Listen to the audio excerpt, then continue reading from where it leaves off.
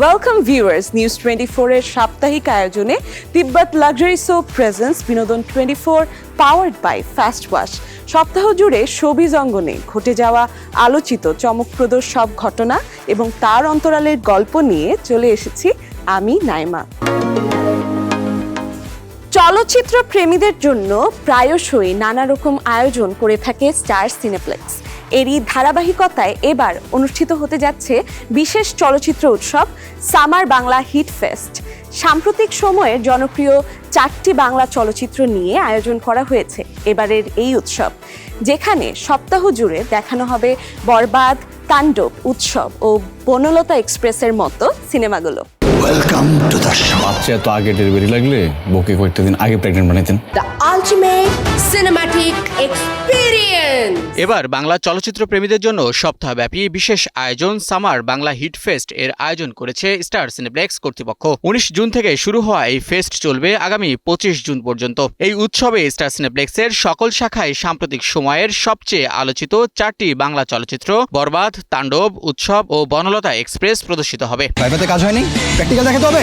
শাকিব খানকে নিয়ে প্রথম চলচ্চিত্র বরবাদ নির্মাণ করেই আলোচনায় উঠে আসেন তরুণ নির্মাতা মেহেদী হাসান হৃদয়। নির্মাণ শৈলী, সংলাপ, গল্প বলার ধরন, অ্যাকশন ও টানটান উত্তেজনার সমন্বয়ে সিনেমাটি পূর্ণাঙ্গ প্যাকেজে পরিণত হয়, যা বক্স অফিসেও ব্যাপক ব্যবসায়িক সফলতা অর্জন করে। শাকিব খানের পাশাপাশি সিনেমাটির বিভিন্ন গুরুত্বপূর্ণ চরিত্রে অভিনয় করেছেন ইদিকা পাল, মিশা সওদাগর, যিশু সেনগুপ্ত সহ আরও অনেকে। মনস্তাত্ত্বিক দ্বন্দ্ব ও প্রতিশোধের গল্পকে কেন্দ্র করে হাই ভোল্টেজ চলচ্চিত্র তাণ্ডব নির্মাণ করেছিলেন পরিচালক রায়হান রাফি। সিনেমাটিতে শাকিব খান ও জয়া হাসানের পাশাপাশি আরও অভিনয় করেছেন আফরান নিশো, সাবিলা নূর, সিয়াম আহমেদ সহ এক ঝাঁক তারকা। মুক্তির পর থেকেই প্রশংসা কুড়ানোর পাশাপাশি দর্শক মহলেও ব্যাপক সাড়া ফেলে সিনেমাটি। এত চেক আউট করতেছেন কেন? আমাকে কোলে তুলে না, ওর ছোট ভাই হিসাবে। অন্যদিকে তানিম নূর পরিচালিত উৎসব ও বনলতা এক্সপ্রেস চলচ্চিত্র দুটি দর্শকদের মধ্যে ব্যাপক সাড়া ফেলেছে। উৎসব চলচ্চিত্রে অভিনয় করেছেন জাহিদ হাসান, চঞ্চল চৌধুরী, জয়া হাসান, অপি করিম, আফসানা মিমি, তারিকা নাম খান, সোনেরা বিনতে কামাল, সাদিয়া আইমান সহ এক ঝাঁক তারকা। 90 দশকের আবহে নির্মিত তারকাবহুল এই চলচ্চিত্রটি পরিবার নিয়ে উপভোগ করার মতো চমৎকার একটি চলচ্চিত্র বলেও মনে করেন নেটিজনরা। আমার রাতের ট্রেন, মা বলিলেন ঘুমোতে ডেকে দেব সময়ের। এদিকে হুমায়ুন আহমেদের কিছুক্ষণ উপন্যাস অবলম্বনে নির্মিত চলচ্চিত্র বনলতা এক্সপ্রেস, যেখানে অভিনয় করেছেন চঞ্চল চৌধুরী, মোশাররফ করিম, শরীফুল রাজ, মমো, বাঁধন, সাবিলা নূর সহ আরও অনেকে। সম্প্রতি সময়ে সবচেয়ে ব্যবসা সফল চলচ্চিত্রও এটি। বহুদিন কেটে গেছে, এখনো সময়ের আগে সবাই আমাকে কেন ডাকে। বাংলা চলচ্চিত্রের প্রতি দর্শকদের আগ্রহ ও ভালোবাসাকে সম্মান জানাতে এই উৎসবের আয়োজন করা হয়েছে বলে জানান স্টার সিনেপ্লেক্স কর্তৃপক্ষ। শাহিন শুভ, নিউজ 24। জমকালো আয়োজনের মধ্য দিয়ে অনুষ্ঠিত হলো ঈদে মুক্তিপ্রাপ্ত চলচ্চিত্র মাসুদ রানার বিশেষ প্রদর্শনী। কিংবদন্তি লেখক কাজী আনোয়ার হোসেনের জনপ্রিয় থ্রিলার সিরিজ মাসুদ রানা অবলম্বনে নির্মিত হয়েছে সিনেমাটি। চলচ্চিত্রটি পরিচালনা করেছেন সৈকত নাসির। বিশেষ প্রদর্শনীতে চলচ্চিত্রাঙ্গনের তারকা সহ বিভিন্ন অঙ্গনের অতিথিদের উপস্থিতিতে উৎসব মুখর হয়ে ওঠে পুরো আয়োজন।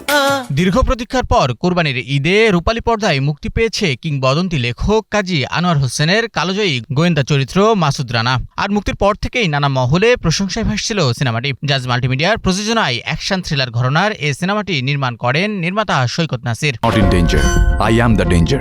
মঙ্গলবার সন্ধ্যায় রাজধানীর মহাখালীর SKS টাওয়ার সিনেপ্লেক্সে এক জমকালো আয়োজনের মধ্য দিয়ে অনুষ্ঠিত হয়ে গেল সিনেমাটির একটি বিশেষ প্রদর্শনী, যেখানে সিনেমাটির কলাকুশলীদের সঙ্গে ছবি অঙ্গনের তারকাদের পাশাপাশি সিনেমাটি উপভোগ করেন নানা মহলের আমন্ত্রিত অতিথিরাও। সিনেমাটিতে মাসুদ রানা চরিত্রে অভিনয় করেছেন নবাগত চিত্রনায়ক রাসেল রানা। ফাইনালি আজকে প্রিমিয়ার শোর দিন ছিল এবং এই বিশিষ্ট গুণী ব্যক্তিদের সাথে সিনেমাটা দেখতে পেরে আসলে এটা লাইফ একটা অ্যাচিভমেন্ট মনে করছি আমি, যে সিনেমাটা করতে পারা যেমন একটা অ্যাচিভমেন্ট ছিল, এটাও একটা অ্যাচিভমেন্ট ছিল। এটা আসলে অনেক বড় একটা পাওয়া, কারণ আজকে যারা ছিলেন তারা আমাদের অনেক সিনিয়র পার্সন, খুবই শ্রদ্ধেয় মানুষ। তারা যদি আমাকে এই ধরনের একটা মন্তব্য করে থাকেন আমাকে নিয়ে যে আমার অভিনয়টা ভালো, সেটাতে আমি সন্তুষ্ট। সিনেমাটির বিভিন্ন গুরুত্বপূর্ণ চরিত্রে অভিনয় করেছেন পূজা চেরি, গাজী রাকায়েত, অমিত হাসান, মাসুম বাশার, তিথিসহ এক ঝাঁক তারকা। বিশেষ প্রদর্শনীতে উপস্থিত হয়ে শিল্পী ও অতিথিরা সিনেমাটি নিয়ে নিজেদের অভিজ্ঞতা ও প্রত্যাশার কথাও তুলে ধরেন। এদিন দর্শকদের আগ্রহ ও সিনেমাটির চাহিদার কথা বিবেচনা করে খুব শীঘ্রই মাসুদ রানার দ্বিতীয় কিস্তিও নির্মাণের পরিকল্পনার কথা জানিয়েছেন সিনেমাটির প্রযোজনা প্রতিষ্ঠান।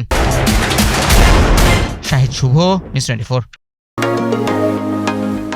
ভিউয়ার্স ওয়েলকাম ব্যাক, দেখছেন তিব্বত লাক্সারি সোপ প্রেজেন্স বিনোদন 24 পাওয়ার্ড বাই ফাস্ট ওয়াশ। চলুন দেখে নেই শোবিজ দুনিয়ার আরও কিছু আপডেট।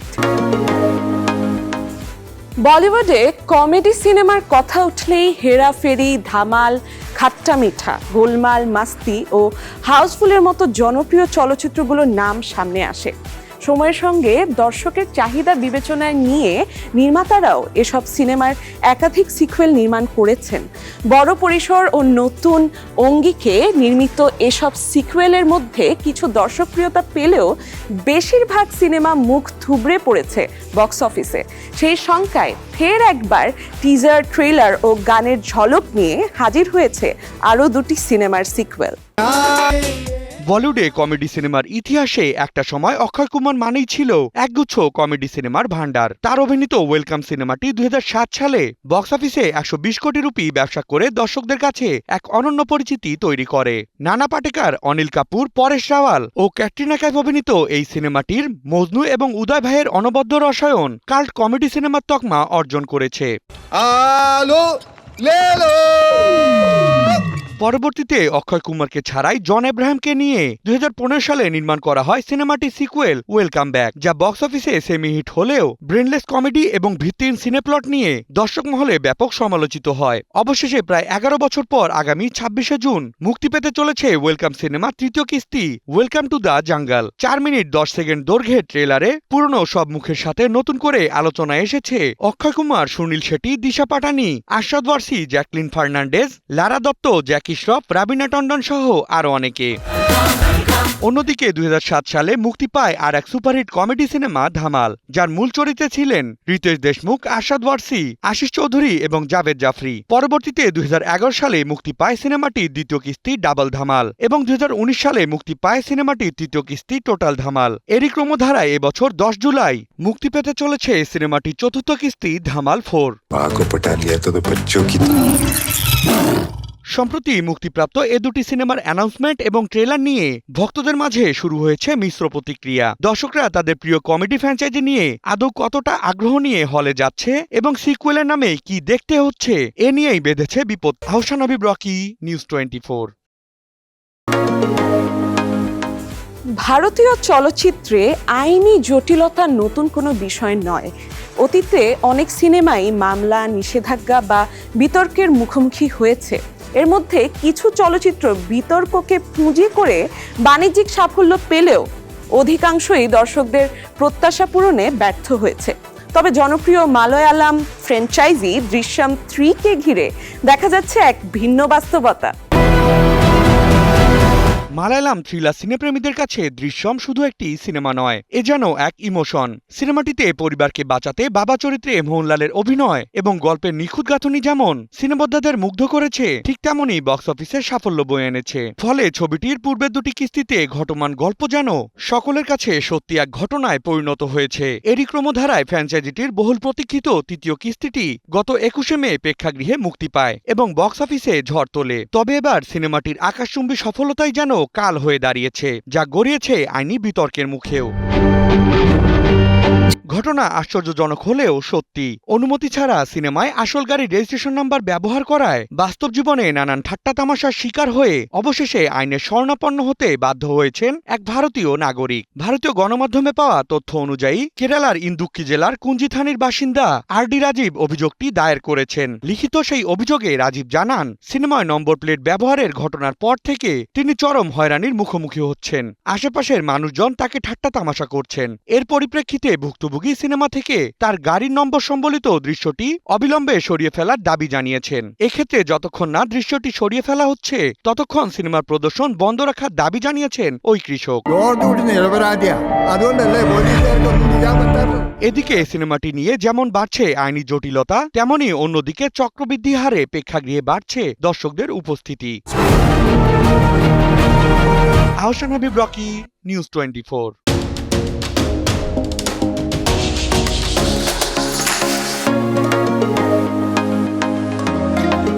স্ত্রী আফরা ইবনাত ইকরা আত্মহত্যার প্ররোচনার অভিযোগে করা মামলায় ছোট পর্দার জনপ্রিয় অভিনেতা জাহের আলভিকে কারাগারে পাঠানোর আদেশ দিয়েছেন আদালত। বৃহস্পতিবার দুপুরে ঢাকার মেট্রোপলিটন ম্যাজিস্ট্রেট কামাল উদ্দিনের আদালতে আত্মসমর্পণ করে আইনজীবীদের মাধ্যমে জামিন আবেদন করেন আলভী। শুনানি শেষে দুপুর 2:30টার দিকে আবেদন নামঞ্জুর করে আদালত তাকে কারাগারে পাঠানোর আদেশ দেন। শুনানিতে জাহের আলভীর পক্ষে আইনজীবী ঢাকা বারের সভাপতি আনোয়ার জাহিদ ভুইয়া সহ অনেকেই শুনানি করেন। অপরদিকে বাদী পক্ষের আইনজীবীরা তার জামিন আবেদন নামঞ্জুর করে কারাগারে পাঠানোর আবেদনের শুনানি করেন।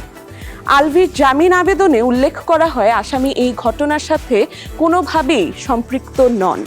প্রেমের বিয়ে করার কারণে বাদী শুধু ব্যক্তিগত জিদ ও প্রতিহিংসার বশবর্তী হয়ে হয়রানিমূলকভাবে মামলাটি দায়ের করেন। এই মামলার মূল আসামি জাহের আলভী স্বেচ্ছায় আত্মসমর্পণমূলক বিজ্ঞ আদালতে জামিন আবেদন করেছেন। রাষ্ট্রপক্ষ বাদীপক্ষ এই মামলার আসামির জামিনের বিরোধিতা করি। আমরা বিজ্ঞ আদালতকে অভিহিত করি এই আসামির সাথে ডিসিস্ট ইকরার 2013 সালে প্রেমের সম্পর্কে বিবাহ হয় এবং তাদের দাম্পত্য জীবনে 5 বছরের একটি পুত্র সন্তান রয়েছে।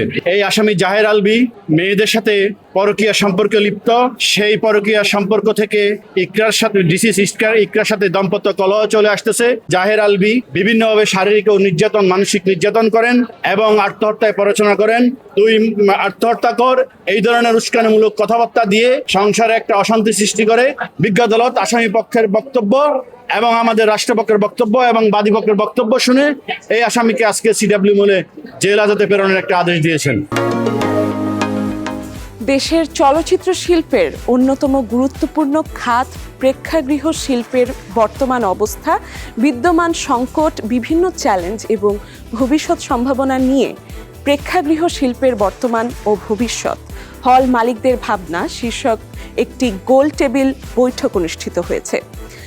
বৃহস্পতিবার বিকেলে রাজধানীর হোটেল ভিক্টোরিয়াতে television entertainment journalist association of Bangladesh টেজাবের উদ্যোগে এই অনুষ্ঠানটি আয়োজিত হয়। অনুষ্ঠানে সভাপতিত্ব করেন টেজাবের সভাপতি নাজমুল আলম রানা এবং সঞ্চালনা করেন সংগঠনের সাধারণ সম্পাদক বুলবুল আহমেদ জয়। এদিন আলোচনায় চলচ্চিত্র সংশ্লিষ্ট প্রেক্ষাগৃহ মালিকরাও অংশ নেন। লায়ন আমাদের সিনেমা, এই যে কুমিল্লায় করেছি সেটা আমাদের সিনেমা, স্টার সিনেপ্লেক্স প্রতিটা স্ক্রিন আমাদের সদস্য। এখানে যারা গরিব দেখেন আবার শিল্পপতিও রয়েছে। এটা কি ছবি করেছে এটা বড় কথা না, চেষ্টা করেছে বাংলাদেশের জন্য একটা ছবি তৈরি করার জন্য। আমরা দিকে তারা সাধুবাদ জানিয়েছি। আমি এই ভদ্রলোককে জিজ্ঞেস করলাম কয়টা ছবি চালিয়েছেন, বলে 5টা চালিয়েছি। আমাদেরকে উদ্বুদ্ধ করে দেন। বাংলাদেশের সকল টেলিভিশনে আমরা কি দেখতে পাই, সকাল থেকে সন্ধ্যা পর্যন্ত বিভিন্ন টাইপের ছবি চলছে, নাটক চলছে আমাদের হলের ব্যাপারে আর সিনেমা হলের ব্যাপারে আপনাদের সকল জ্বালাযন্ত্র। বাংলা গানে অসামান্য অবদান এবং অর্ধ শতাব্দীরও বেশি সময় ধরে শ্রোতাদের অসংখ্য কালজয়ী গান উপহার দেওয়ার স্বীকৃতিস্বরূপ দেশের সঙ্গীত অঙ্গনের জীবন্ত কিংবদন্তি সৈয়দ আব্দুল হাদীকে বর্ণাঢ্য আয়োজনে বিশেষ সম্মাননা প্রদান করেছে বাংলাদেশ শিল্পকলা একাডেমি। শুক্রবার সন্ধ্যায় শিল্পকলা একাডেমির জাতীয় নাট্যশালা মিলনায়তনে আয়োজিত এই অনুষ্ঠানে তাকে এই সম্মাননায় ভূষিত করা হয়। ভিউয়ার্স, শেষ করছি আমাদের সাপ্তাহিক আয়োজন তিব্বত লাক্সারি শো প্রেজেন্টস বিনোদন 24 powered by Fast Wash. Showbiz অঙ্গনে আলোচিত সব ঘটনা ও তার অন্তরালের গল্প জানতে দেখতে থাকুন বিনোদন 24। দেখা হবে আগামী সপ্তাহের নতুন আয়োজনে। Stay tune to news 24।